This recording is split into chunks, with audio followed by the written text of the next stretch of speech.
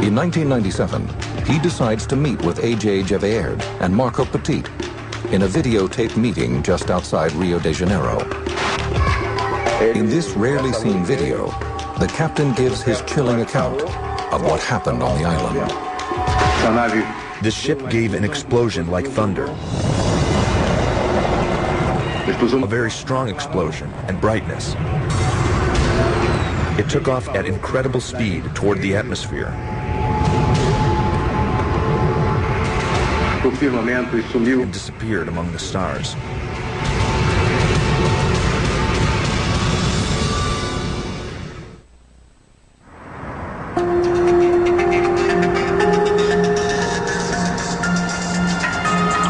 In 1977, the Brazilian Air Force's UFO investigation, called Operation Saucer, generates a massive report which sits in classified government archives for over 20 years. The files contain roughly 500 photographs and 3,000 interviews with witnesses who claim that they were attacked by bright lights in the sky over the Amazonian island of Colores. It is not until 1997 that the veil of secrecy begins to lift.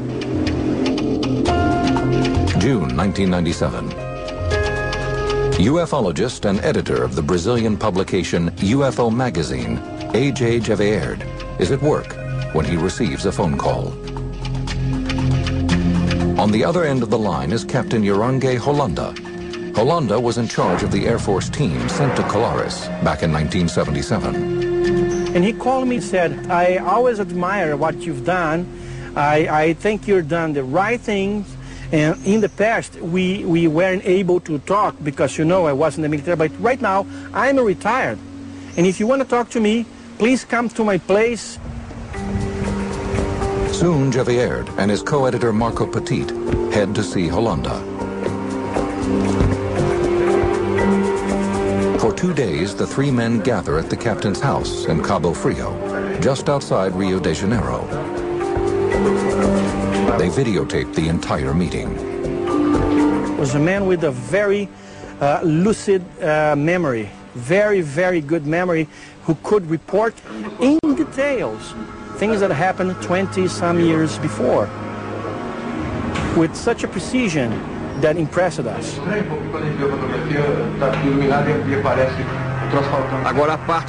The most important part, without a doubt, is his description of the encounters he had with these ships. He came face to face with ships that sometimes were 100 meters in diameter, of varied shapes, and that really placed him in a situation that few people, in global terms, had the opportunity to witness. We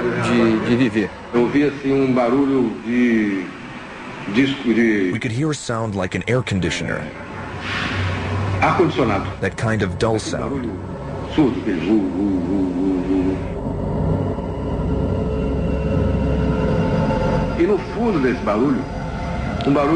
And deep inside the sound, there was a clicking noise. Like the sound of a ratchet. This noise coming from the ship was very clear. Holanda describes in detail 3 different encounters with alien spaceships. These are the drawings he made to depict his first encounter.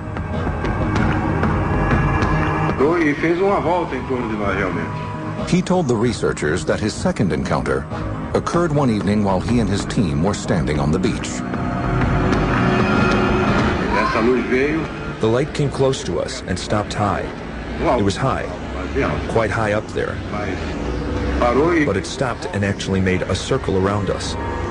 It made a circle and then took off toward the east. The captain then describes his last and most shocking encounter. He tells the ufologists that he was visited by a humanoid from one of the ships while he was in bed. I was lying on my side. Suddenly, a very powerful flash lit up the room. I was startled. I heard a strange thing, and immediately afterward, there was a being behind me, hugging me. It was a rather strange situation. The captain then goes on to describe the alien.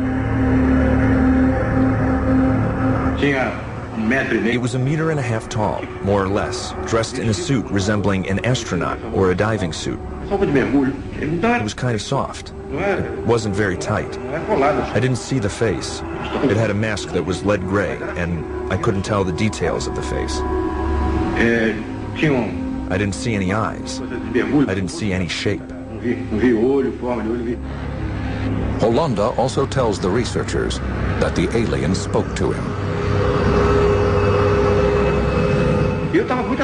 I was very frightened. And that thing behind me, hugging me, squeezing me. And it spoke into my ear in Portuguese. With a sound. It seems like a computer, that metallic voice.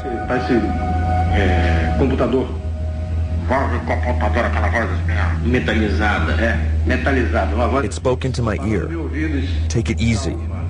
We're not going to do you any harm. Holanda says that the alien then disappeared. He could tell us with such a precision what happened. And you can see that there was a great variety of objects operating in this area. Some objects, strangely, they would come from the jungle. They would come from between the trees. Some other would come from the sky. And a few others would come from the water. That's very amazing. The captain makes another startling claim. He shows the ufologists his arm. There appears to be an object implanted under the skin. He says that the alien put it there during his last encounter. Flexible, plastic. Here, you press and it shows up there. This point here. Did you ever get it x-rayed? Yes, but it didn't show anything. In July 1997, Holanda's story is published in Gevaerd and Petit's UFO magazine. But those hoping that his startling disclosure will lead to a second investigation are disappointed.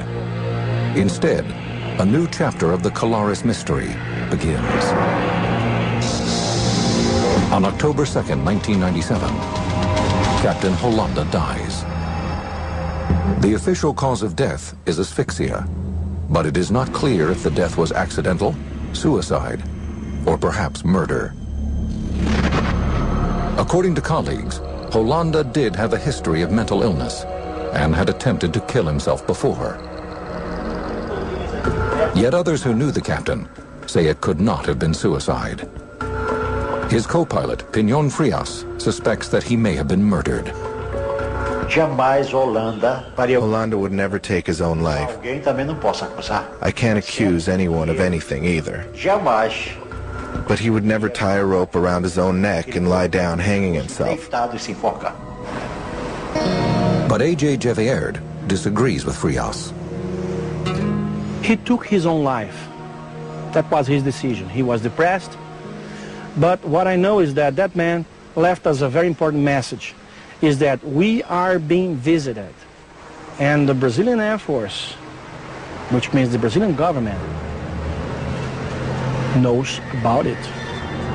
In March 2004, A.J. Gevaerd and Marco Petit decide to take action. 6 years after the captain's death, they demand access to the classified Colares report under a campaign they created called Freedom of UFO Information Now. This kind of information that we are talking about